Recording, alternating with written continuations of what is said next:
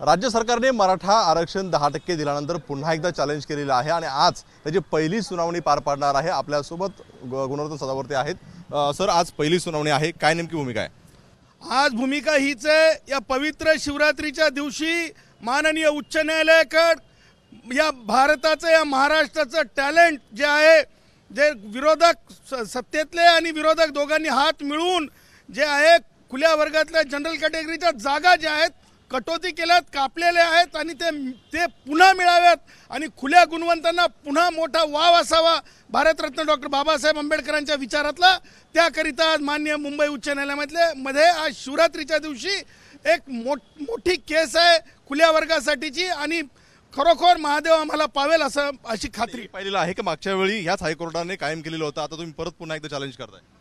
भारताचं संविधान हे फार म्हणजे उच्च आहे आणि सर्वोच्च आहे आणि त्यामुळं 50% मर्यादा ही कोणीही ओलांडू शकत नाही, हे डंके की चोट पे मला सांगायचं। आता आपण 50% मर्यादा कोणीही ओलांडू शकत नाही आणि पुन्हा एकदा चॅलेंज केलं आहे, त्यामुळे आज हायकोर्टात काय होते हे पाहणं सुद्धा महत्त्वाचं राहणार आहे। कॅमेरामन अजित शिवतरकर, सराज सुरणे, एबीपी माझा, मुंबई।